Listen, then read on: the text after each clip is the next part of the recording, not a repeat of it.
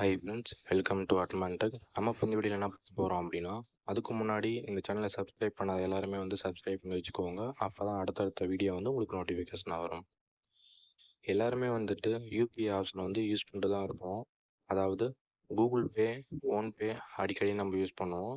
இப்போ எல்லா மக்களும் வந்து அதிகமாக வந்து இந்த கூகுள் பே, ஃபோன்பே தான் யூஸ் பண்ணிகிட்ருக்காங்க. ஆனால் ஏற்கனவே வந்து ஈஸி பண்ணும்போது வந்துட்டு நமக்கு கூகுள் பேலேயே நமக்கு கட்டணம் வசூலிப்பாங்க. ஆனால் அது மட்டும் இல்லாமல் மிகப்பெரிய ஒரு அப்டேட் வந்திருக்கு. இனி எல்லாத்துக்குமே அமௌண்ட் வசூலிப்பாங்க அப்படின்னு. கொஞ்ச நாளைக்கு முன்னாடி ரூ. 2000 வரையிலான டிஜிட்டல் பண பரிவர்த்தனைகளுக்கு 18% வரை ஜிஎஸ்டி விதிக்கப்படலாம் அப்படிங்கிற ஒரு நியூஸ் வந்து வெளியிட்டிருக்காங்க. நாட்டில் நடைபெறும் டிஜிட்டல் பண பரிவர்த்தனைகளில் ரூபாய் 2000க்கு கீழ் உள்ள டிஜிட்டல் பரிவர்த்தனைகள் தான் அதிகம் அப்படின்னும் ஏன்னா மத்திய அரசு வந்து ஏற்கனவே தெரிவிச்சிருந்தாங்க. இந்த நிலையில தான் வரும் ஜிஎஸ்டி கூட்டத்தில் இந்த முடிவு எடுக்கப்பட்டிருக்கிறதா சொல்லியிருக்காங்க. அப்படி வரி விதிச்சாங்க அப்படின்னா வாடிக்கையாளர்களிடம் இந்த நிறுவனங்கள் வரி வசூலிக்கலாம் என எதிர்பார்க்கப்படுது. ஏற்கனவே மொபைல் ரீசார்ஜ் மற்றும் பில் கட்டணங்களுக்கு வரியை வந்து கூகுள் பே, ஃபோன்பேலேருந்து வசூலிக்கிறாங்க.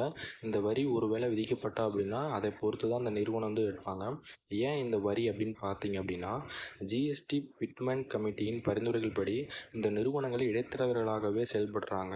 இந்த நிறுவனங்கள் வங்கிகள் கிடையாது. ஜிஎஸ்டி விதிகளின்படி இடைத்தரகராக உள்ள நிறுவனங்களிடம் வரி விதிக்கப்படும். எனவே இந்த ஆண்டு முதல் ரூ. 2000க்கு குறைவான பரிவர்த்தனைகளுக்கும் வரி விதிக்கப்படலாம் அப்படின்னு எதிர்பார்க்கப்படுது. இதுவரை ஏன் இல்லை அப்படின்னா, மத்திய அரசு டிஜிட்டல் பண பரிவர்த்தனைகளில் மக்களிடம் ஊக்குவிக்கும் என்ற போது இந்த நிறுவனங்களிடம் ரூ.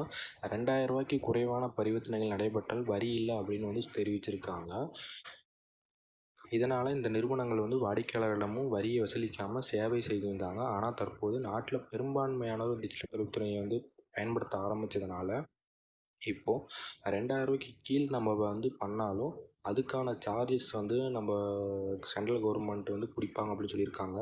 இனிமேல் வந்துட்டு குறிப்பிட்ட அமௌண்ட்டுக்கு குறிப்பிட்ட பர்சன்டேஜ் வந்து நம்ம வந்து டேக்ஸ் அந்த இதாக கட்டணமாகவும் வந்துட்டு கூகுள் பேவும் ஃபோன்பேவும் நம்மகிட்டேருந்து வாங்குவாங்க. இது வந்து எப்போ வரப்போகுதுன்னு தெரில. ஆனால் கண்டிப்பாக ஒரு நாள் வரும். மறக்காமல் இந்த இன்ஃபர்மேஷனை உங்கள் ஃப்ரெண்ட்ஸ் அண்ட் ஃபேமிலிஸ் மெம்பர்ஸ்க்கு எல்லாமே ஷேர் பண்ணுங்கள். இது ஒரு இம்பார்ட்டண்டான விஷயந்தான் வந்து ஃப்ரெண்ட்ஸ். மறக்காமல் இந்த யூடியூப் சேனலை வந்து சப்ஸ்கிரைப் பண்ணி வச்சுக்கோங்க. அப்போ தான் அடுத்தடுத்த அப்டேட் உங்களுக்கு வரும் ஃப்ரெண்ட்ஸ். தேங்க்யூ.